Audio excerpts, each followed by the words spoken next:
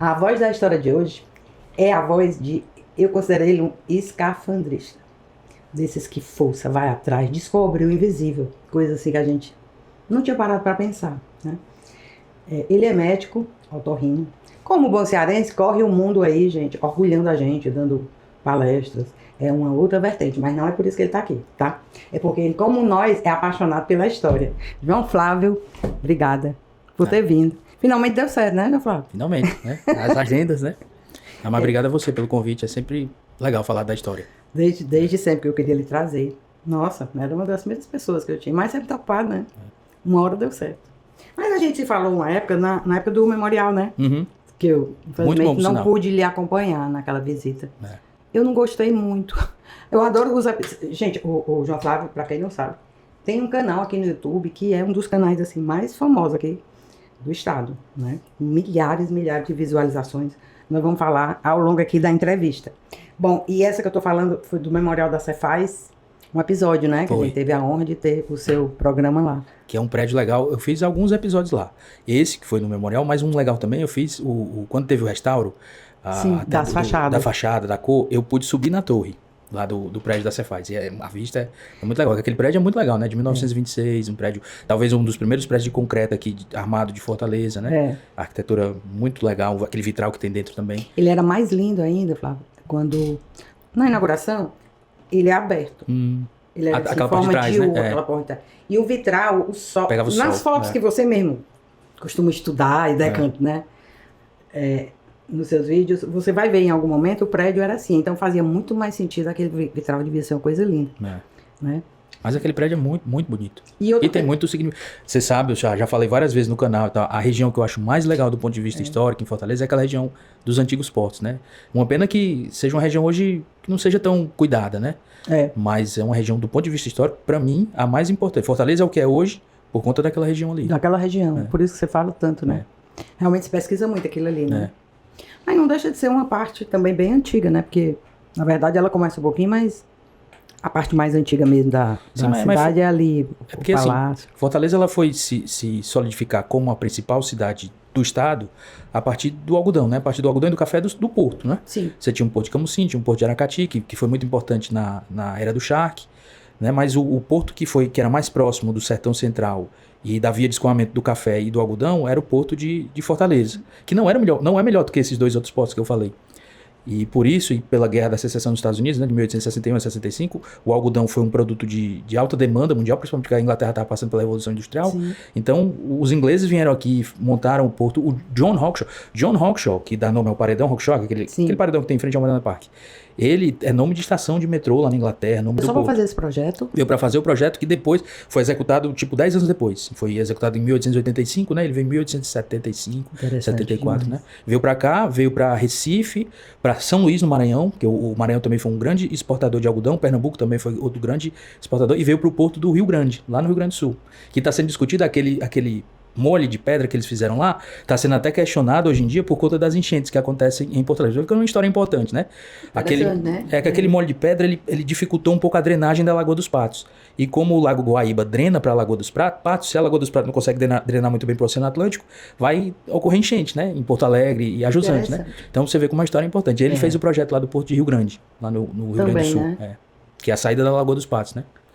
Que interessante. Tudo tá ligado, eu sempre digo. A asa da borboleta que bate aqui no Ceará, às vezes causa um furacão lá na Indonésia. O projeto dele, ele disse, não é o melhor local para o porto aqui em Fortaleza. Aqui, com o tempo, vai ter um assoreamento por conta das correntes e tal. Ele já previa isso aí. Feito, do jeito que ele... Agora, por que o porto não foi para o lugar que ele queria que fosse, que era o Mucuripe, né? Porque tudo em Fortaleza estava naquela região do que eu chamo do pequeno centro, né? Ali nas cercanias do forte e tal. A alfândega já estava lá, a maioria dos galpões comerciais, a Casa Boris Freires, todas essas casas comerciais estavam lá. Então, a Associação Comercial de Fortaleza na época, dos empresários e tal, foi totalmente contra essa mudança para o Mucuripe, porque ia gastar muito dinheiro, né? Era um projeto muito mais caro. Ia ter que construir outra alfândega, um ramal ferroviário de lá pra cá e tal. A região do Mucuripe não tinha praticamente nada, a não ser o farol e os fortes. E era muito distante, né? Muito, né? Muito mais, certamente. E nós estamos falando do século XIX, né? 1885. Fortaleza era aquilo ali. Era uma província.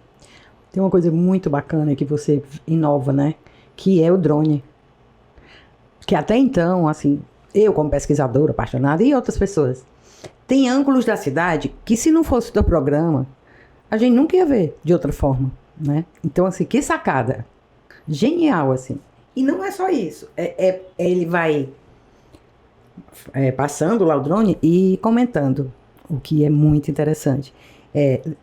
Daniel, eu queria que eu te chamei de escafandrista, porque tem vários episódios, assim, lá do teu canal, que, meu Deus, impressionante. Tem um que eu não encontrei, Flávio, que é acho, um frade que você encontrou lá na catedral. Sim. E que é da catedral. Eu não achei qual era o episódio, mas eu vou colocar aqui depois. Quer dizer... assim, essa catedral é a terceira catedral, né, que a gente tem.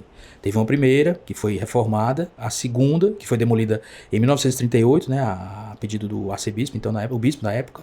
E a que a gente tem hoje começou em 39 e terminou em 78, né? O Dom Aloysio Lochada fez a inauguração. Tinha até aquela piada, que é, como demorou 40 anos, quase 40 anos para a construção da catedral, na nova catedral, o pessoal dizia que quando uma coisa não tinha fim, né? Não ia terminar, é mais velho que a obra da catedral, né? Então pronto, tinha esse negócio. Aí lá na catedral, tinha um cruzeiro, que era o cruzeiro de São Serafim de Catanha, que era muito bonito. Tinha 9 santos, 9 imagens. Algumas dessas imagens, se não me engano, 3 ou 4, estão lá no Museu Episcopal, lá em Cascavel? Não, em Aquiraz. Lá no Aquiraz. Sim. Né? As estátuas estão lá? 3 ou 4 das 9, havia 9. 3 ou 4 estão lá. E né? O cruzeiro em si, né? Não, o cruzeiro ninguém sabe onde é que está. Né? O cruzeiro demoliram. Quer dizer que o que tem do cruzeiro só são essas estátuas. Né? Então eles preservaram um dos pilastras dessa mureta. Tá, se você olha para a catedral de frente, né, na entrada da catedral está do lado esquerdo. Tem uma rampa de acessibilidade, né, para cadeirante, ela está lá. E tem uma plaquinha da catedral que foi demolida da igreja que foi demolida em 1938. Né, que essa era a igreja. A igreja ficava mais ou menos até ali. Então você vê que e ali está uns 20 metros, a catedral cresceu uns 20 metros. Onde é que eu encontro essa pilastra? Vamos lá. Está subindo pelas escadarias. Aqui pela principal. Pela entrada principal, né, que é do lado poente. Aí você vai para a esquerda. No estacionamento da esquerda. Sim. Aí tem uma rampa de cadeirante, de acessibilidade. Aí você vai ver ela quase rente com a parede, o muro da catedral. Como é que você descobre essas coisas? Então isso aí foi interessante. Isso aí... Essas pérolas que você descobre assim. Quando teve a construção do Fórum Clóvis Bevilacqua, que ficava ali, né? Naquela em frente, coisa, né? Ficava em frente, foi demolido, foi implodido aqui já no século XX, né? Quando teve a construção, nos jornais da época, eles falaram, quando estava sendo construído, que seria de frente à capital, a catedral, e que do fórum daria para ver essa pilastra remanescente da segunda igreja, da igreja demolida, né? Só que eu acho que isso se perde às vezes, né? Pelo tempo e tal. Eu achei interessante, vi a foto. Rapaz, será que esse negócio ainda tá lá? Aí fui lá de bicicleta, né? Que eu não vou de domingo. Sim, esqueci de falar. Lá, o negócio lá. Aí eu digo, rapaz, tá aqui o mesmo negócio, a mesma foto, o mesmo local. E tem a plaquinha, né? Então... Que maravilha. Como é que surgem essas pautas? Tipo essa. Essa surgiu assim. Porque assim, alguém que pede. Tem. Curiosidade tua, pessoal. Tem uns grupos do WhatsApp hoje em dia, né? Nossa, que tem muita gente legal e que ajuda também. Mas assim, às vezes é uma pessoa que... Às vezes eu tô lendo alguma coisa. Eu sempre gostei muito de ler, né? Às vezes eu tô lendo alguma coisa e vejo alguma coisa interessante. Eu digo, rapaz, aí eu vou procurar. Não vejo nada, eu vou procurar mais, né? Pesquisar mais. E às vezes você vê alguma coisa que poucas pessoas tinham visto antes ou tinham achado antes. E aí você faz o episódio, né? Como legal. Aquela placa lá da... Chafariz de uma também, seca. Aquilo ali foi muito interessante. Aquilo ali quem ajudou foi o Ciro. Deixa o Ciro eu ver Câmara. se eu acho que eu... Não tem. Mas eu coloco aí na... O Ciro Câmara, que é jornalista, né? Profissional e cineasta também, gente boa. Ele tá também com um Instagram sobre futebol, Tem, né? muito bom. História do futebol. Aí o Ciro, hoje ele tá trabalhando, acho que como assessor de imprensa da CAGES, alguma coisa assim, sabe? E eu tinha feito um episódio naquela placa, não por conta do chafariz em si, mas pela pessoa que tinha construído o chafariz, que é o Albuquerque Barros, né? Que foi presidente da província aqui do Ceará, presidente da província era governador. E foi governador também do Rio Grande do Sul. Era monarquista na época, mas na República ele foi o primeiro cearense a ser ministro do Supremo Tribunal Federal. Ele foi o primeiro cearense a ser ministro na República, né? E ele foi governador do Ceará, ele era natural de Sobral, era o Barão de Sobral, natural de Sobral. É o Barão de Sobral, certo. E ele construiu a placa que tá lá no CDL, que é no Parque Pajeú, né? Que é um açude ali, né? Então, a placa que tá lá, ele construiu na seca de 1878, 79. Que foi, 77, 78, 79. E tá lá, tá. Aí eu fiz um episódio sobre ele, sobre o Barão de Sobral, pra falar que o Supremo tá muito em voga hoje em dia, né? Pra falar que ele foi o primeiro cearense ministro do Supremo, tal. Aí o Ciro Câmara viu, né, essa placa, disse, rapaz, tu sabe mais alguma informação dessa placa? Eu disse, eu não sei não, mas eu vou perguntar pra quem sabe. Aí eu perguntei pro Raimundo Gomes, perguntei pra outros, pro Dr. Lúcio Alcântara, que foi quem colocou a placa lá. Né? De onde é que era? Porque a fonte não era lá, né? O chafariz que ele tinha construído. E nos jornais da época tinha, e é uma mania aqui que Fortaleza não, as cidades brasileiras têm, que eu não gosto, não acho legal. A gente aqui rebatiza as coisas de acordo com a política, vou dizer assim. Mas tem pessoa que quer mais, né? Não? Porque a rua, pra mim, Eu não sei nem como é o nome. É Estados Unidos. Estados Unidos, Como é? Virgílio Távora. Pra mim vai ser sempre Estados Unidos, né? Verdade. Aí a praça. A praça, um dia é uma praça de nome tal, outro dia é outro nome. Eu não acho legal isso aí. Nos Estados Unidos você tem a Wall Street, sempre foi Wall Street, entendeu? A Quinta Avenida, sempre é Quinta Avenida. Você não muda o nome, até pra ter um diferencial, né?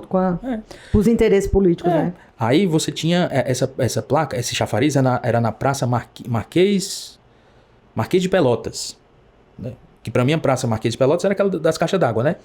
Só que na época a Praça Marquês de Pelotas, a gente foi pesquisar, nessa época, era na verdade em frente ao Colégio Militar, que hoje é a Praça da Bandeira, no episódio você passa o episódio todo torturando a gente e no fim você mostra onde é. E o pior, eu fui aluno, eu estudei no Colégio Militar desde 1989 até 95, 94. Eu estudei lá. A gente fazia educação física naquele campo, que é o estádio Eudório Corrêa. E tá lá a placa. E eu nunca tinha visto, entendeu? Vida. Tem uma placa lá aqui. E a cacimba lá realmente nunca secou. Era a cacimba que usa água para o próprio colégio militar. Porque a gente tomava banho no colégio militar, a gente tinha que trocar de roupa, a educação física. E para irrigar o campo, né? Aquele campo lá, aquele campo de futebol, que é um campo bom do Eudório Corrêa. Então, a água vinha de lá. E ficava nas margens da pista de atletismo. A gente cansava de correr ali, de pular que tinha ali. E eu nunca tinha visto essa placa. Nunca tinha me tocado que tinha uma placa ali, né? E tem. Aí o professor Klein, que foi professor do colégio militar, é o Luciano? Luciano Klein. Ele foi professor do colégio militar. Foi. E se aposentou, se eu não me engano, esse ano ou ano passado. Ele tinha já um trabalho com o professor Liberal de Castro, que o professor Liberal de Castro tinha a planta daquele chafariz. E você vê nas fotos antigas, tem foto aérea de 1930 e tal, 33, você vê que ali realmente tinha um chafariz, não tinha um campo ainda, né? Tinha um chafariz. E esse chafariz foi muito importante nessa seca, né? Na seca... Sim. Aliás, o Colégio Militar foi construído vários, né? Que você fala. Exatamente. Lá, né? E o Colégio Militar foi construído nesse contexto da seca também, né? De absorver essa mão de obra que veio do interior, os retirantes e tal, e construir órgãos públicos, coisas públicas, né? Então tá lá a fonte. E ele tinha o projeto original dessa fonte. Como o professor Liberal morreu, e o professor Klein, assim, ele tinha perdido o computador dele, ele não conseguiu recuperar esse projeto. Mas existe esse projeto em algum lugar, né? Ele acha que está até com uma das secretárias do doutor Liberal de Castro e tal. Eu ouvi dizer que tem alguma obra do Liberal para sair. Deve ter, se tiver, eu acho que eu vi no Facebook alguém falando. Fantástica, é um arquiteto, assim, que mudou, né? Mudou paradigmas aqui na cidade, do ponto de vista histórico. E tem vários, né? Assim, os artigos dele são muito esclarecedores, né? Você tira... Aí pronto, aí foi assim, o fio da meada, né? Uma placa que está hoje lá no CDL, de uma fonte que era no Colégio Militar e que suscitou essa história toda, né? Com a ajuda de várias pessoas. O professor Klein, o Círio e tal. Como é que nasceu isso aí, Flávio? O canal? Não, esse seu amor aí pela história, essa curiosidade. Porque só faz isso aí que você faz. Quem gosta muito, né? Eu falo assim porque, quer dizer, você acabou que nem foi para humanas, né? Não. Profissionalmente você... Mas eu sempre gostei de história. Se bem que nós somos múltiplos, né? As pessoas são... Mas como é que foi? Medicina, apesar de não ser uma ciência tida como das humanas, né? Você tem muita história envolvida, sabe? Você tem que conhecer muita história. Principalmente a história da própria medicina, né? Pra você não estar reinventando a roda sim. A cada 10 anos ou a cada geração. Então, a história da medicina é muito fascinante, interessante. Sabe? E, por exemplo, quando eu vou dar aula, eu sempre ponho uma introdução da história, né? Você tem como as cirurgias eram feitas, como a anestesia surgiu. Então, isso é muito interessante. Então, eu sempre me interessei por essa história. Aí, eu estudei no Colégio Militar. Na época, o exame de entrada do Colégio Militar, né, que sempre foi difícil, eram 3 provas. Uma de matemática, uma de história e geografia e outra de português e redação.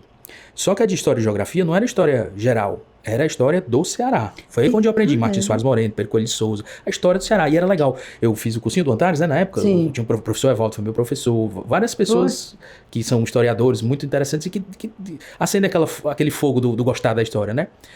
E eu fiquei preocupado, porque assim, hoje em dia, não sendo contra nem a favor, mas hoje em dia você tem o Enem. Eu sou da época do vestibular ainda, né? Sim. O Enem é uma prova nacional. Então, você não pode cobrar para um aluno lá do Rio Grande do Sul quem foi Martins Soares Moreno. Do mesmo jeito, você não pode cobrar para um aluno cearense quem foi Borba Gato, entendeu? Sim. É uma prova nacional, então você acaba limitando, né? Você estuda menos a história local. E foi mais um contexto nacional. E aí, eu andava de bicicleta com meu filho e tal.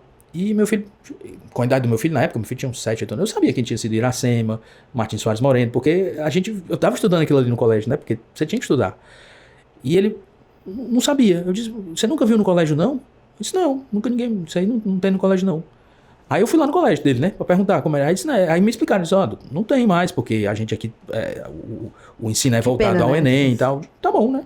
Desde as séries iniciais já é tudo voltado para Enem. É muito pouco a história do Ceará que eles têm. Aí eu comecei a ensinar pra ele, né? Eu disse, aqui, naquele monumento de Iracema que tem lá na beira-mar, né? Eu disse, aqui é a Iracema, Não, é uma ficção do José de Alencar, mas é uma história baseada numa história real, tipo um Forrest Gump, ele tinha assistido Forrest Gump, tipo um Forrest Gump, ele pega uma história real e ficciona, né? Tem aqui o Martin Soares Moreno, que era um português, açoriano, que veio pra cá, e eles tiveram um filho na ficção, que era o Moacir, que foi o primeiro cearense e tal. E aí ele achava muito legal aquilo ali, ele gosta muito da história do Mara Hope, sabe? É, né? E aí eu fui filmando, né? E aí eu filmava, assim, e continuo filmando de forma amadorística, mas pra mandar no grupo da gente do WhatsApp, da minha família, sabe? Pra mostrar, né? Só que acho que alguém pegou e publicou, vazou, né? O vídeo vazou. E meio que viralizou, né? Disse, rapaz, você devia fazer um canal, esse vídeo é muito legal e tal. Aí eu fiz, né? Mas assim, sem nenhuma pretensão de nada. Era e é amador, né? E aí teve um vídeo que eu acho que eu fiz com um drone, comparando as fotos que eu tinha. Eu fiz intercâmbio também, né? Aí eu morei um ano... É o de 37. né? Da Amelia Earhart. Eu morei um ano numa cidade que chama Goshen, que é muito perto de South Bend, que é onde fica a Purdue University, que é onde tem os arquivos dela, da Amelia Earhart. Então eu já conheci essas fotos desde a época... Eu fiz intercâmbio em 94, na época da final da Copa do Mundo dos Estados Unidos, né? Então eu já conhecia essas fotos dela desde 94. Aí, com o drone, eu tive essa ideia, né? Vou pegar essas fotos aqui, as fotos delas são de uma resolução muito boa, você consegue dar um zoom. Eu vou pegar o drone e fazer mais ou menos o mesmo ângulo do avião dela, né? E comparar as fotos de 37 que ela fez aqui com as fotos, foi 2020, por aí, que eu acho que foi, antes da pandemia, 2019 e tal. E aí esse vídeo viralizou, né? Mesmo. Como chega, né? Como diz, né? Ô, Daniel, mostra aí a gente tá só falando no canal. O canal do Flávio. Aquelas fotos da... Porque tem fotos ali, e é da rede.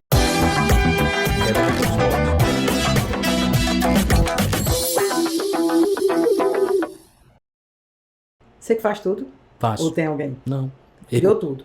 Canal e tudo. É amador, assim... Encantador. Coloca aquele... Nós estamos falando aqui de foto, Daniel. O escafandrista, ele disseca uma foto. E para quem gosta, aquilo ali é um deleite. Isso foi isso. Aí abre, mostra. A gente selecionou um trechinho para mostrar aí pro pessoal desse trabalho que você faz. E tá saindo para cá. Então a gente vê também o pavilhão Atlântico, que tá aqui, ó. Esses aqui são galpões, muito provavelmente da rede viária cearense, né, da ferrovia. E tá saindo para cá. Foi, essa foto já é de 1930 e alguma coisa, 34, 35. O Exército, ele fez um levantamento aéreo das principais cidades do Brasil. Não tinha força aérea, na época o Exército fez com essas fotos aéreas, e eles fizeram um mapa, aquele mapa de 45 do Exército é baseado nessas fotos. Então essa é uma foto aérea e é muito legal, porque você vê a região que eu mais gosto, né? É uma região... resolução. E você consegue dar zoom e tal. Tem 3 fotos muito legais. Aquelas fotos da Amelia Earhart, que são de 37, essa daí, que se não me engano é de 33, e tem as fotos de um fotógrafo americano que chama Robert Platt, que também era lá de Indiana. Veio fotografar o eclipse em Sobral, né? Não, o Robert Platt, ele veio com a esposa dele para fotografar o algodão.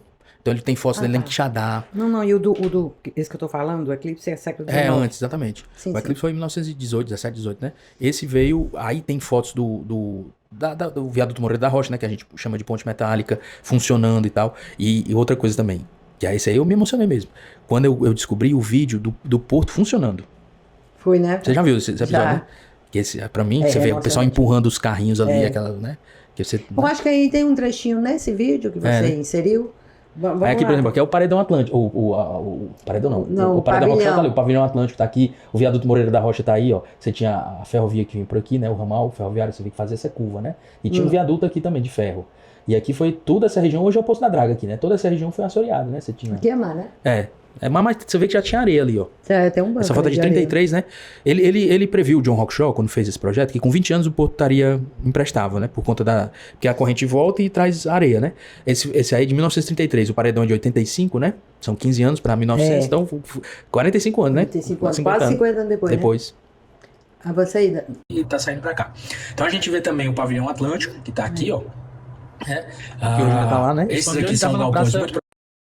José de Alencar, né? Que era a Praça Marquês de Herval, né? Era do Jardim No Gracioli. Sim. Provavelmente da rede viária cearense, né? Da ferrovia. E a gente vê esses galpões aqui num vídeo que eu tenho. Vou até colocar um trecho desse vídeo de 1926 do porto funcionando. Esse porto aqui do viaduto Moreira da Rocha funcionando como porto, né? Então a gente vê esses galpões aqui e vê também esses trens, esses pequenos carros aqui nesses trilhos sendo empurrados lá de madeira pelos estivadores da época. A gente vê aqui esse Maceió. E é interessante se a gente seguir o curso desse Maceió, você vê que a linha de trem passava por cima dele, ele passa justamente aqui nessa região próxima ao alfândega, isso aqui é o prédio da alfândega, hoje é a Caixa Cultural, e a Maceió.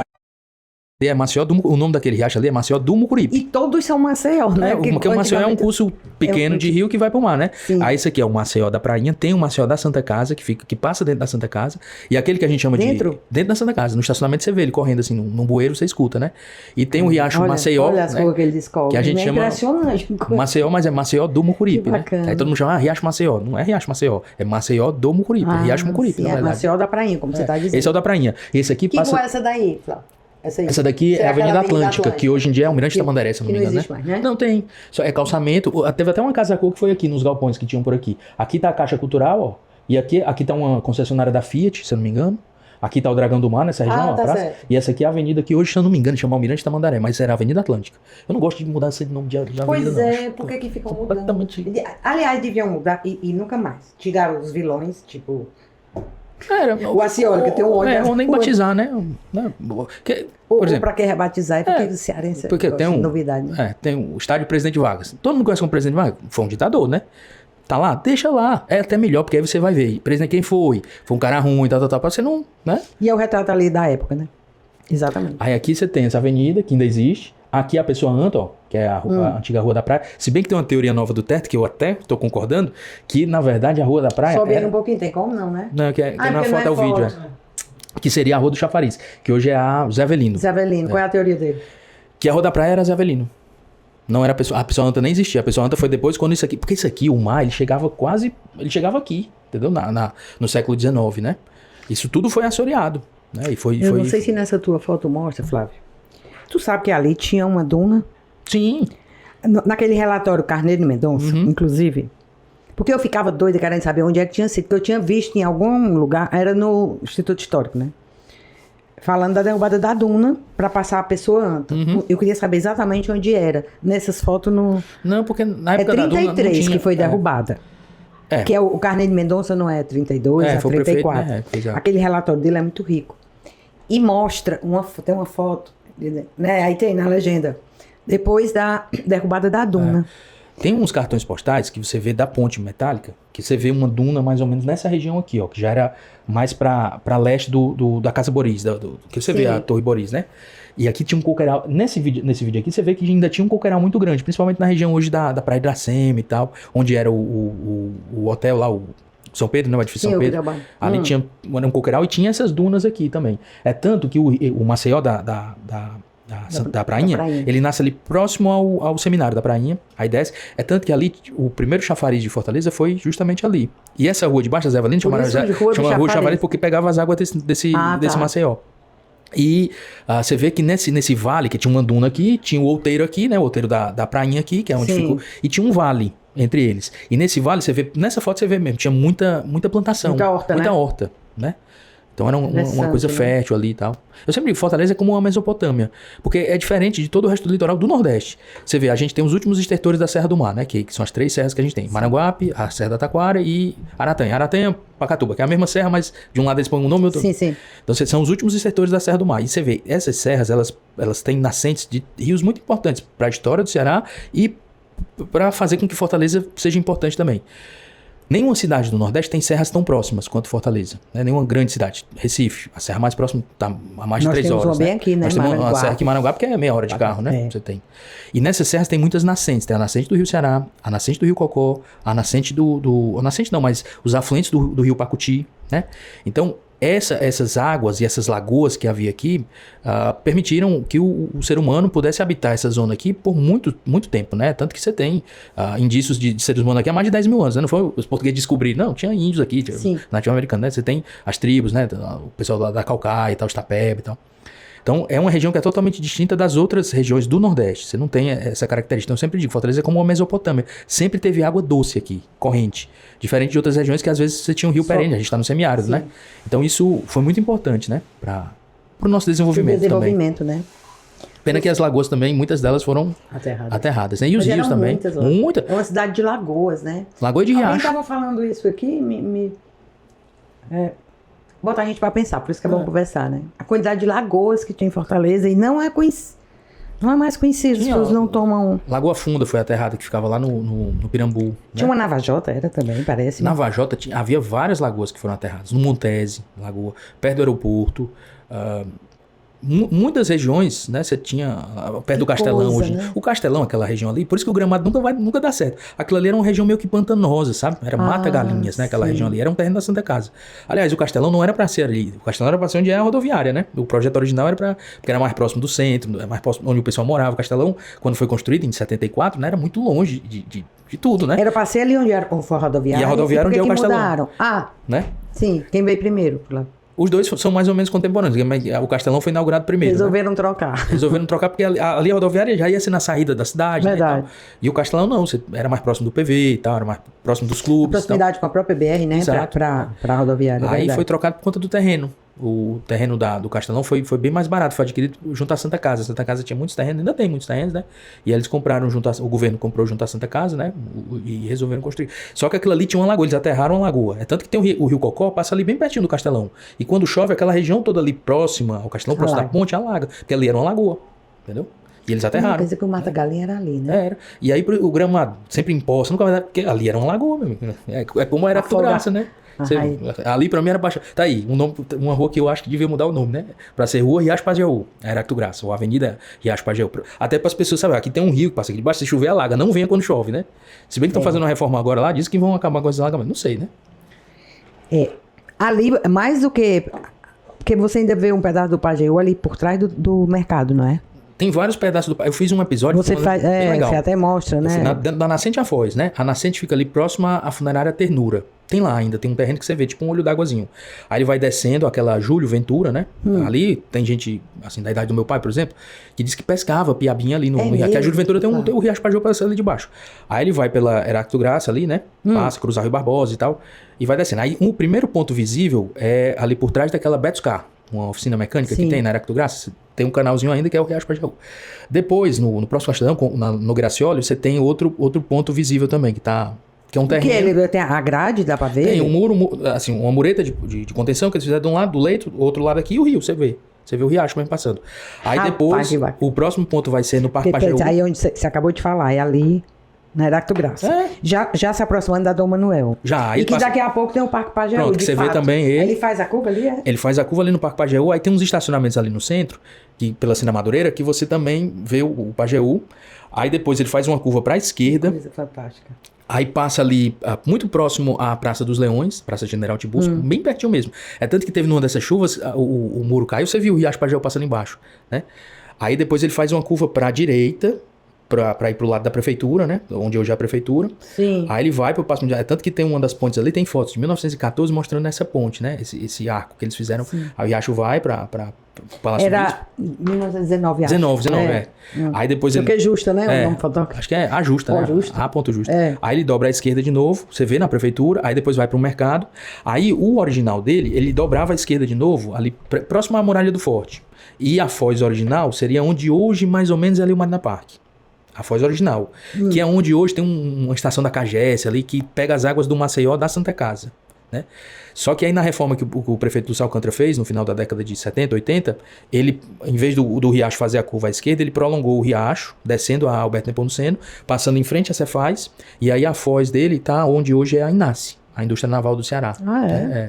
Que eu digo a Foz alternativa, a Foz criada do Riacho Pajeú. Então, que coisa, né? Mais pra esquerda do prédio da Cefaz, não é isso? É mais a direita, atrás. A Inácio eu digo que tá na frente, né? Que tá perto do mar, né? Sim, sim. A Inácio vai estar na frente. É porque eu tô imaginando o prédio ao contrário. Sim. A Inácio vai estar assim pra frente, aí você vê no Google, dá pra ver bem direitinho no Google Maps, né? Você vê bem direitinho onde é a Foz do Riacho Pajeú. A Foz modificada, porque a Foz original ainda existe. Drena as águas do Maceió da Santa Casa. Que ficava ali mais ou menos em frente... Tinha que ser resgatado, sabe, Flávio, assim. Eu também acho. Para o fortalezense, o cearense, ter conhecimento. Não sei de que forma, que projeto seria, para sinalizar toda essa passagem da cidade do Pajeú, já foi até título de livro, né? A terra como a terra nossa memória. Em Boston, eu vou muito para Boston, né? Aí lá foi uma das cidades muito importantes na Guerra da Independência. Sim. 776.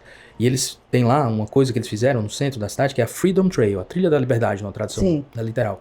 Que são pontos, é uma trilha que eles fizeram mesmo naqueles bricks, né, naqueles tijolinhos. E aí a casa do Paul Revere, onde era a Assembleia Provincial, onde foi a revolta do chá.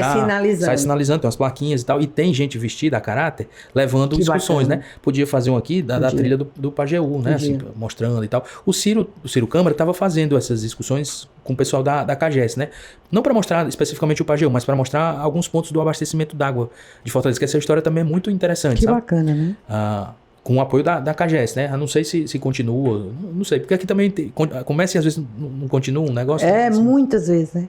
Mas... E eu me lembro, ó, eu sempre andei muito de bicicleta ali naquela região, da Beira-Mar e tal. E aí eles colocaram uma vez, se eu não me engano, acho que foi não sei em que gestão foi, umas plaquinhas mesmo, tipo como placa de rua, com a história, né? A história da Iracema, história nos monumentos? Nos monumentos e naqueles espigões, né?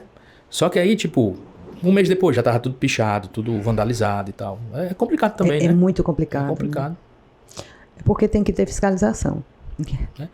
Tem que ter fiscalização. A Praça de José de Alencar, né? Foi entregue bem direitinho. Acho que foi faz 2 anos, Roberto Cláudio, acho que integrou. Foi Roberto Cláudio. Hoje em dia já tá tudo pichado o monumento lá do José de Alencar e tal. Porque, assim, é o que eu sempre digo, a história ela tem que ser muito importante e tem que ser ensinada de um jeito que a pessoa valorize. Por exemplo, a gente não valoriza muitas vezes esses monumentos, a maioria das pessoas não valoriza essas casas antigas porque eles não têm sensação de pertencimento. Para eles não significa nada. Para eles, aliás, significa até uma agressão, alguma pessoa que eles não gostam e tal, né? Por quê? Porque eles nunca foi lhes ensinado, é pouco ensinado, eu acho, para eles na escola, que aquela pessoa tem alguma importância pro jeito que a gente é hoje, ou que aquela casa teve alguma importância para a cidade que a gente tem hoje, né? Então, por exemplo, por que a gente gosta de preservar as nossas coisas, né? A nossa casa, porque a gente tem sensação de pertencimento, a gente nasceu ali, a gente foi criado ali. A gente tem que criar isso com a cidade que a gente mora, que não deixa de ser uma extensão da nossa casa, né?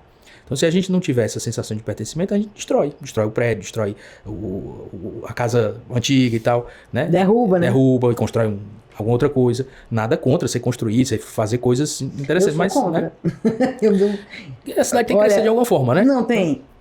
Mas não dá pra crescer e o centro ficar ali preservado? Você vê nas outras cidades. Como a gente viaja e vê e se deslumbra por aí. É o que eu acho interessante, ó, você viaja, o ponto mais valorizado, vou dizer assim, das cidades, é você ficar no centro da cidade. Você vai em Nova York, você tem que ficar no centro, Manhattan. Você vai em Paris, no embarcamento daquela...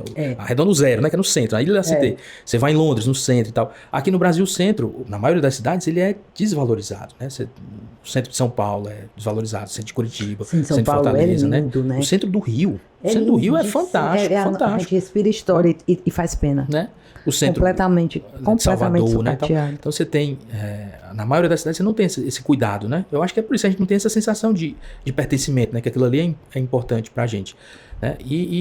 Mas nasce aonde esse pertencimento? Não é na educação? Na educação. Tudo para Você vê, eu fui agora, né, pra Paris, você vê no Louvre, as criancinhas, tudo lá, tendo uma aula in loco, né, do negócio. Né? Então é diferente, você, desde criança vendo aquele negócio, vendo que aquele negócio é importante. Se alguém for propor um dia derrubar o Louvre, ou fazer... Agora, quando for construir aquela pirâmide do Louvre, na década de 90, foi uma confusão do mundo, entendeu? Porque era uma coisa moderna. Não, né? Então, tem essa sensação já de pertencimento, né, das coisas. Lógico, quando o novo surge, a Torre Eiffel, quando surgiu, o pessoal queria derrubar, né?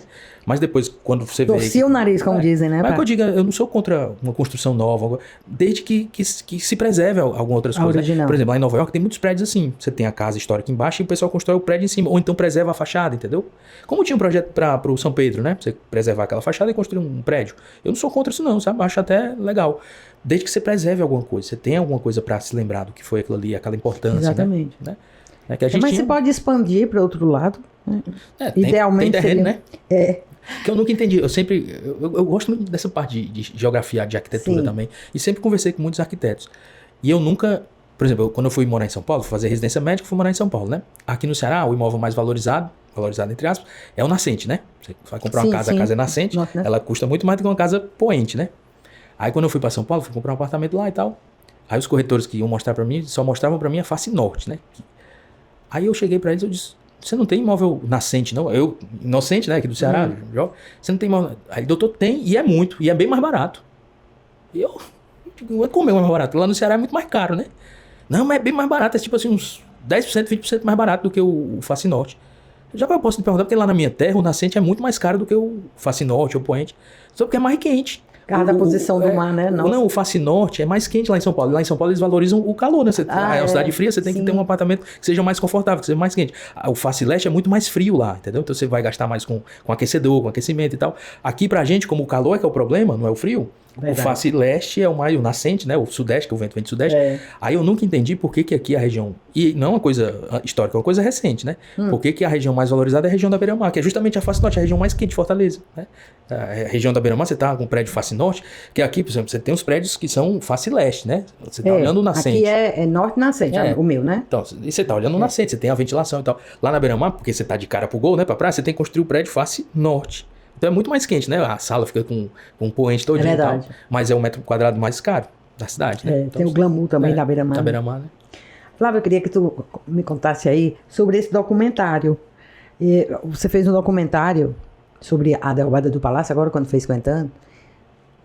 Que ousadia, né? A sua, de fazer um documentário. Foi exibido no nosso cinema mais lindo e mais tradicional, que é o São Luís. Como foi essa história, Flávio? Foi legal. Se você começou, fez o roteiro, conta aí como é que foi. O canal é amador, né? Por que começou? Eu acho que é encantador porque é amador. E é muito bacana. Tem várias pessoas que ajudam, né? Eu falei já. Uma das pessoas que ajuda muito o canal é o Jonathan. O Jonathan, ele assim como eu, não é um historiador, ele é um fiscal da Receita Federal. Certo. Mas apaixonado por história também. E um dos amigos dele, que é arquiteto, morava e mora, e foi testemunha ocular da destruição do Castelo do Plástico. Que ele morava ali na Santos Dumont. É aquele que fala que mora em frente? Exato. E a casa, eu nunca tinha... passei ali na Santos Dumont. Nunca tinha percebido. Quando terminava as provas militar, eu pegava o Paranjana, que tinha um Paranjana, né? Você pegava lá na Santos Dumont, saía na minha casa. Passava pelo terminal do Papicu e tal. E tem uma casa ali que eu nunca nem tinha visto. Você passa, cheio de árvores, você não vê. Uma casa lindíssima, lindíssima. E ele foi testemunha ocular. E como esse ano foi 13 de fevereiro de 74, né, a destruição, como esse ano completou 50 anos, o Jonathan disse, rapaz, vamos fazer um documentário sobre a destruição do Castelo do Plástico. Aí a primeira eu disse, Jonathan, não vamos não, porque isso aí é polêmica, tem um negócio da família e tal, não vamos não. Você vai, vamos, a gente não toca em polêmica, não cria confusão com ninguém. Eu disse, tá bom. Aí o João, né, o João Cardoso, era uma das pessoas. Aí a gente conversou com o Gerardo Gereissati, que o Gerardo Gereissati, ele é parente da dona Pierina, né? Porque o Plácido não teve filho biológico dele, né? A Zaira, que era a filha dela, adotada, né? Que era dela, já morreu também, não tinha, né? Tem uns parentes que moram nos Estados Unidos, uns parentes que moram no interior de Minas e tal, mas não conseguiu contato com eles. Aí foi o Gerardo Gereissati para representar a família. O Nirez, que o Nirez morou naquele terreno ali, porque o pai do Nirez era amigo do segundo marido da Pierina, o Emílio Inco, o arquiteto, construtor, né? E tinha o Raimundo. O Raimundo é uma das pessoas, talvez, que mais pesquise sobre o Plácido de Carvalho. Ele está escrevendo essa biografia do Plácido de Carvalho faz muito tempo. Muitos anos, Tem né? muitas informações sobre ele, só que nunca tinha externado isso, né? Então o Jonathan conseguiu trazer o Raimundo também, e o Raimundo foi fundamental, né? E aí a gente fez esse documentário. Mas a ideia era fazer um documentário. Não, a ideia era fazer um episódio, só que era tanta informação que bacana. Se eu fosse colocar toda a informação, tudo o que eu gravei ali, dava mais de 3 horas de documentário. A gente conseguiu compilar para 1h30, a duras penas, né? Tirando um bocado de coisa interessante que teve que tirar, né? Mas porque uma coisa de 3 horas ninguém ia assistir, né? E aí a gente decidiu fazer no São Luís, porque ele tem tudo a ver com a história do Plácido de Carvalho, né? A Casa Plácida era muito perto. O Excelsior Hotel, que é vizinho São Luís praticamente, foi o prédio que ele construiu. Aquele quartel, o próprio cinemas lá, o Cine Majestic, que tinha na Praça do Ferreira, né? Eram terrenos dele, do Plácido de Carvalho, que foi construído em sociedade com o Luiz Severiano Ribeiro e tal. O Majestic e o Moderno também. Os dois, né? O palacete, o do Pastor, o sobrado do Pastor, era do Plácido de Carvalho. Ele tinha muita coisa. Ele talvez tenha sido o homem mais rico do Ceará naquela época, na década de 1920, né? Provável, né? Muito provavelmente. E era um comerciante muito ele hábil. E o Filomeno, era? Os mais ricos? Mas eu acho que... Porque ele não tem uma a história rixa, que era uma polêmica, né? Era uma rixa. Tinha uma também, competição, vamos dizer assim, não era E tinha rixa. também dele com o seu João Gentil, né? Tinha os três, era o triunvirato que chamava. É tanto que, por exemplo, se você vê a planta aquarelada do João Saboia Barbosa, que foi o arquiteto quem construiu o Palácio do Plácido, a planta aquarelada, a torre do palácio é bem mais baixa do que o que foi construído. O que é que se diz aí, o que é que se acha, né? Aconteceu a mesma coisa em Nova York, né? Quase uma coisa fálica também, né? O Palacete João Gentil tinha sido inaugurado em 18. que é hoje a reitoria, e tinha aquela torre. O dele ia ser inaugurado em 19, acabou sendo inaugurado em 21, né? Mas ia ser inaugurado em 19. E como a torre era mais baixa e a outra torre já tinha inaugurado, para ele provar que era mais viril, mais forte, ele quis fazer uma torre mais alta. Então fez uma torre mais alta do que eu. Tem uma história dessa em Nova York, muito interessante, com o Chrysler Building, né? Aquele prédio da Chrysler, e com o Wall Street 40, que hoje até é uma Trump Tower. E isso os arquitetos brigavam e os donos dos prédios brigavam para ver quem ia ser o edifício mais alto do mundo, né? E foi um enganando o outro e tal. Acabou que um ganhou por 10 metros. A torre do Chrysler Building foi maior. Eu acho que o Martinelli em São Paulo tem algo assim, não tem? Tem porque ele queria que fosse maior, aí não se conformava e mandava que fosse. Não sei se tinha uma rixa com o outro, assim, direta. Geralmente tem, né? Geralmente tem. Sim, aí conta, aí termina. Sim, aí a gente fez no São Luís, né? Que foi legal, o governo do estado cedeu e tal. E aí convidei as pessoas, meus amigos. Eu pensei que fosse dar umas 50 pessoas. Porque assim, castelo, história, então o pessoal não liga muito, né? Mas como liga, né? Foram mais de 400, quase 500 pessoas. Nossa. Né, Queria muito ter assistido lá. Foi muito legal, tava cheio. E foi legal, assim, eu nunca tinha feito emoção, um filme, né? Eu já apresentei em congresso, cirurgia, essas coisas, mas é uma coisa diferente, né? Certeza. Foi diferente. Foi legal. O que eu acho importante é o legado que tu tá deixando, sabe? Sinceramente. Eu nunca tinha pensado sobre esse aspecto, né?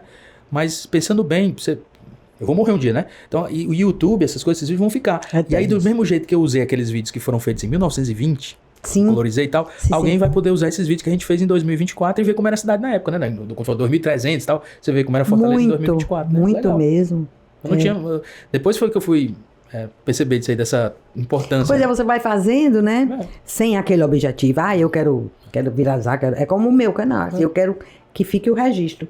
Flávio, tem outra que eu acho muito interessante, que é um período importante aqui, um dia muito importante, que é o 18 de agosto, né?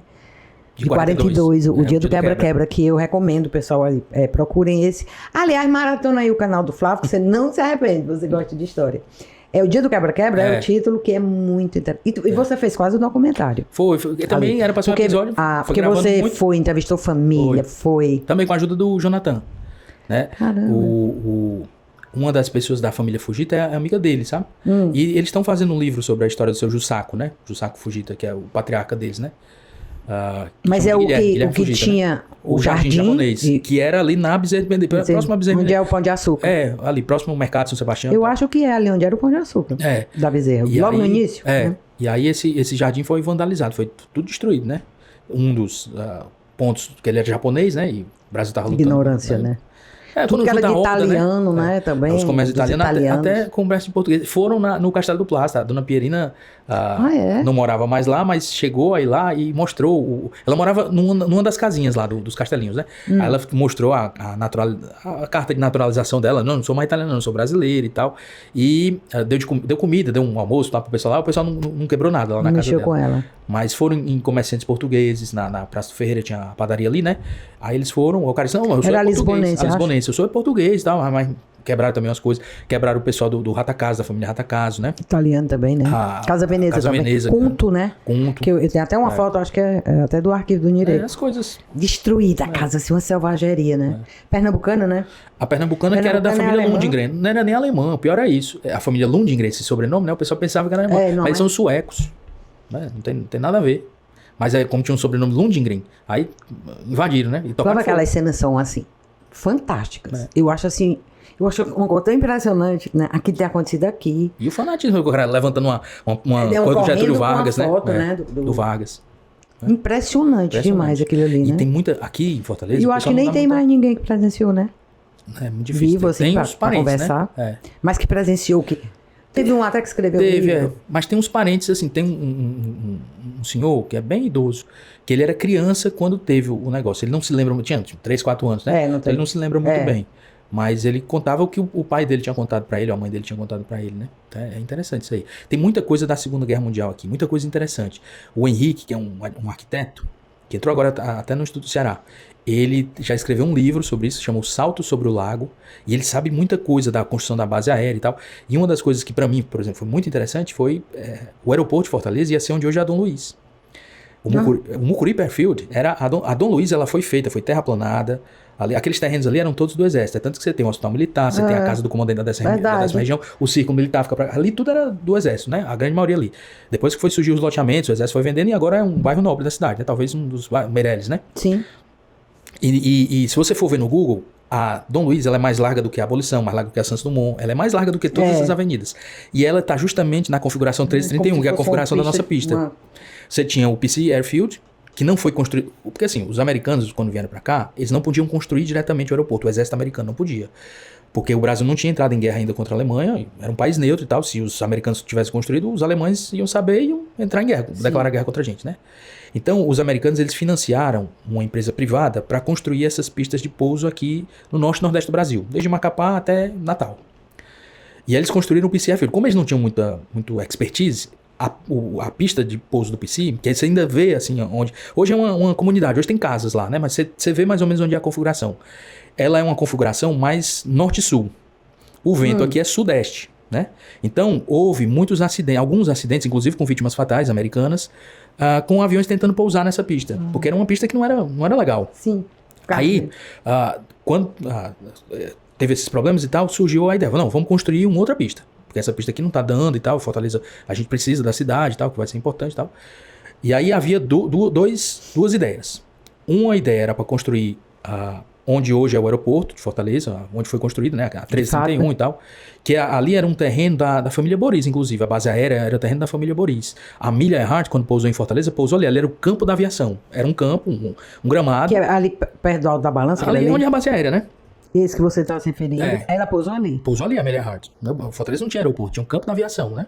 Às vezes o avião pousava na praia de Iracema, pousava, ou pousava no campo da aviação. A Amelia Earhart pousou no campo da aviação. Então a ideia era construir ali ou construir aqui na Dom Luiz. Por quê? Porque não havia nada aqui e era muito mais próximo do porto do Mucuripe. Então para a logística dos americanos ia ficar muito mais fácil. Quem impediu... O terreno foi mexido, foi feita a terraplanagem, foi quase construída a pista. Quem impediu foi um brigadeiro cearense, o José Sampaio.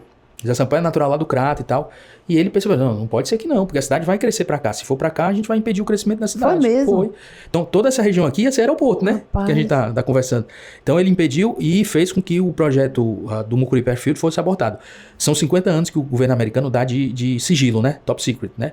Já não tem mais. Aí você consegue pegar... Eu peguei as plantas do Mucuripe Airfield. Você vê, o aeroporto da gente ia ser... Mas aí você não colocou ainda em... Já coloquei. A cabeceira da pista ia ser onde é a Praça Portugal hoje e até mais ou menos o Farias Brito. Ali seria uma pista. E teria uma pista também norte-sul, que seria do Hospital Militar até o Círculo Militar. Então, tu imagina ali, não ia poder construir nenhum desses prédios altos que a gente tem hoje por aqui nessa região, porque já tá no cone aéreo, né? Iam ser duas pistas. E muito perto da cidade, muito perto do centro. Então, a cidade ia ser totalmente diferente a configuração. Da vida, não era? Talvez hoje? Ou pior, né? E a configuração, você vê como uma pessoa pode mudar completamente a configuração da cidade. É verdade. Então, a cidade, você ter esses super prédios que a gente tem hoje na beira-mar, nenhum ia poder ter, porque ia ficar mesmo no cone aéreo, né? E eram duas pistas, como Parnamirim, uma pista norte-sul e uma pista leste-oeste, né? E aí ele impediu essa construção e disse, não, o melhor seria lá no campo da aviação. Aí os americanos perceberam, né, e construíram o adjacent field, o campo adjacente, né? Sim. Que muita gente chama de Cocorote, não tem nada a ver com Cocorote, é porque ali era um sítio chamado Sítio Cocorote. É que nem o PC não é Post of Command. São lendas urbanas que tem aqui também, né? O PC era o sítio PC, né? Que era de Peri e Ceci, porque o... Sempre existiu, desde antes da Segunda Guerra, inclusive, né? Que você vê, né? Exatamente. Tem uma do jornal que é assim, um escravo fugiu desse sítio, aí tem escrava fugida do sítio Percy. Esse quem encontrar, resgate, ou paga o resgate, alguma coisa assim, entendeu? Isso aí na época que o Brasil tinha escravo, né? Antes de 1888, né? Então, sempre foi assim. Exatamente. É porque tem as lendas. É que nem a lenda do Castelo do Plástico, né? Que ele construiu o castelo por amor, são bonitas as histórias, mas não são totalmente... Isso é uma lenda, assim... reais, né? Renitente. Porque aquele que a mulher diz que só viria pro Brasil se ele construísse um castelo. Outro dia, uma amiga minha, essa pessoa esclarecida... porque é bonita essa história. E ela afirmou a história. É porque é bonita, uma história de amor e tal, é bonita. Ele tem um amor também, né? Ele construiu também pra ela. Mas ela veio... Mas se essa mulher ia botar... Não. E ela veio pra cá porque eles tinham medo dos alemães, como fizeram na Segunda Guerra, invadir Paris na Primeira Guerra, né? Os alemães invadiram Paris na Segunda Guerra, mas eles tinham medo de invadir na Primeira Guerra. E a Itália, naquela época, era contra a Alemanha, né? A Itália, na Primeira Guerra Mundial, ela não ficou do lado da Alemanha. Na Segunda Guerra, fica do lado da Alemanha. Mas na Primeira Guerra, ela contra ela, a cidadã italiana, ela tinha medo, né? De estar lá. Aí, quando surgiu a oportunidade, ela veio. É tanto que nem trouxe a filha. Ela veio sozinha. Depois é que a filha veio. E veio um irmão, não é? Veio. Que é o Nathalie, que esse é parente direto do Gerardo Gereissati. Esse é irmão da mãe dele, não é isso? Não. Não, Nathalie, se eu não me engano, acho que é avô dele. Eu não sei como é que o direito parentesco não. Nathalie Rossi. Que era o irmão da Pierina. Né? Que é irmão da Pierina, né? E entendeu? Que tem um que eu acho que foi arquiteto, que é Rossi também. Eu vou chamar o Ele é uma pessoa muito legal. Para sabe muito, viu? sabe muito. É um e ele é arquiteto. Exatamente. Aí é legal, porque ele tem a ideia da arquitetura da cidade, como poderia ser, como foi, como é, como pode ser no futuro. De ferro, né? que eu já vi ele comentando muito, eu acho muito bacana. E Fortaleza, uma vez eu estava conversando com um arquiteto e com um desses grandes empreendedores. Assim. Fortaleza é uma cidade interessante, porque você tem limites. Para o norte você tem um mar. Você não pode invadir o mar, construir no mar. Para o leste você tem um mar também. Então você já tem 2 limites intransponíveis. Para o oeste você tem as serras, a Serra de Maranguape, e é difícil você construir para lá o transporte. Verdade. Então você só tem uma área para você. Isso aí quem me falou uma vez também foi o seu Wellington Soares. O Wellington Soares é filho do seu Washington Soares. Sim. E o sítio, a casa-sede da Fazenda Água Fria, que era uma fazenda de 1.200 hectares, que tinha aqui em Fortaleza, ainda está preservada. Essa fazenda era do seu Pedro Filomeno Gomes e o seu Washington Soares comprou dele. Pelo equivalente hoje, algo que seria 10 mil reais. Então imagina, 1.200 hectares. 1.200 hectares. Essa fazenda ia do Rio Cocó até mais ou menos a Oliveira Paiva e da Washington Soares até mais ou menos a Salinas ali. Que época é isso? Claro. Isso, 1944, 45. Certo. Fortaleza não, ali era nada, sim, né? Não tinha nem ponte mato. sobre o Rio Cocó. A ponte foi feita pelos salineiros depois, né? Então, ele falou e disse que quando o prefeito quis construir a perimetral, que hoje ele chama Washington Soares, né? Foi uma maior confusão, eles não quiseram não, eles não queriam. Não queriam deixar, porque a indenização ia ser bem pouquinho, ó, quanto valorizou de terreno, né? Pois não.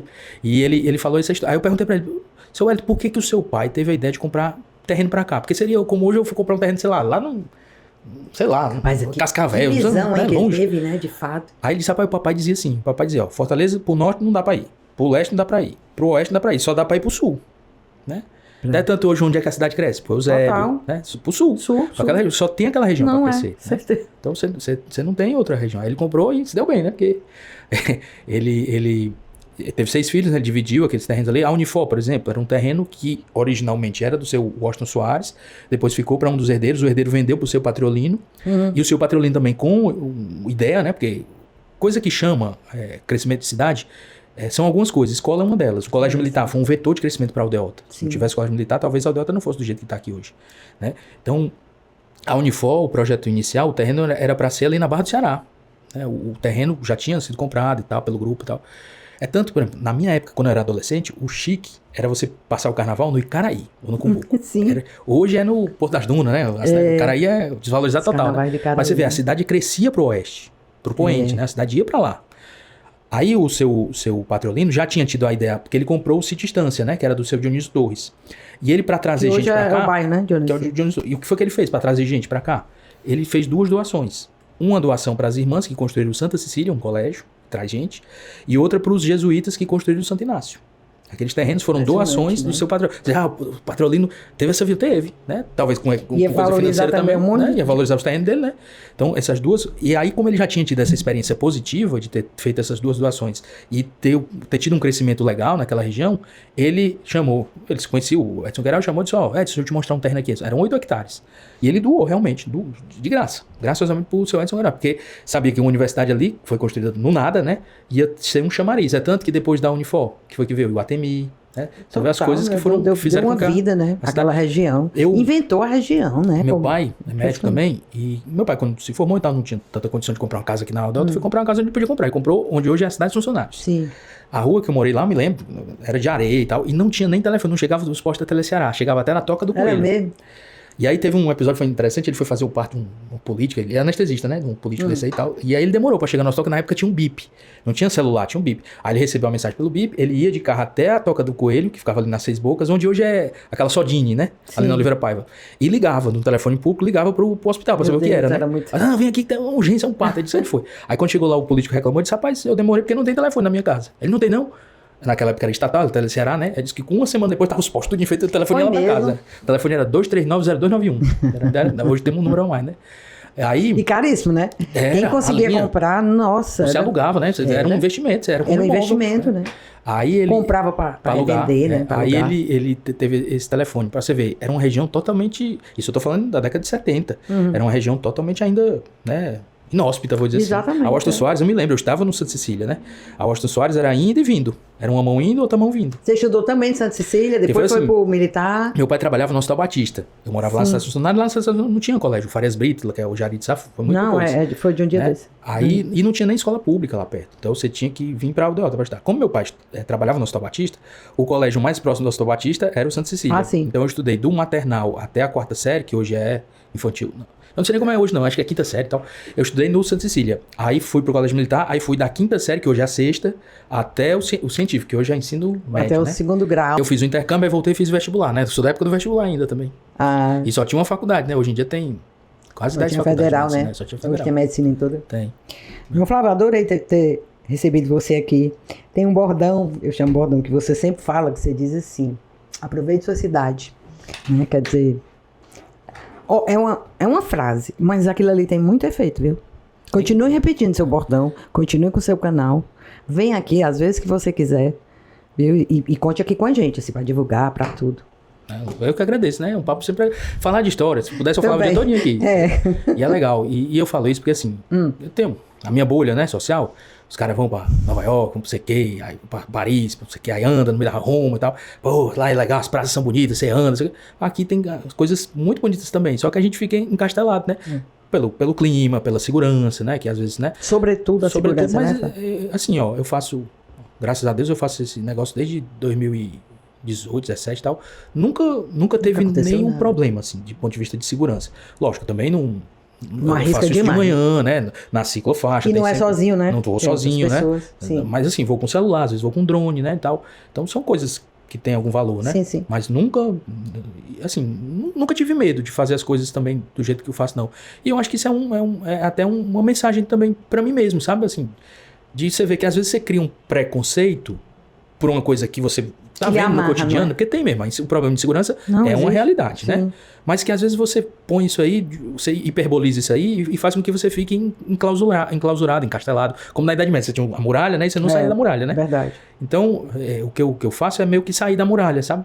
E tentar conhecer a cidade, aproveitar a minha cidade. Aproveita a sua cidade. E levo meus filhos, sabe? Porque isso eu acho que é muito importante, criar esse sentimento neles também, porque você criando nas crianças, você vai tá estimulando. Você também, tá garantindo que vai se perpetuar. E tem muitas praças que são legais, sabe? Pra criança, por exemplo. A Praça Luísa Távora, que é onde ficava o Castelo do Plástico, ali é muito legal. Muito agradável. Seguro. Muito gostosa. Demais, assim. Nós estivemos aqui conversando com o João Flávio. Uma conversa, assim, que renderia mais, assim, uns 4 episódios, tá? E eu vou terminar esse episódio com o bordão dele. Aproveite a sua cidade, tá? Até a próxima.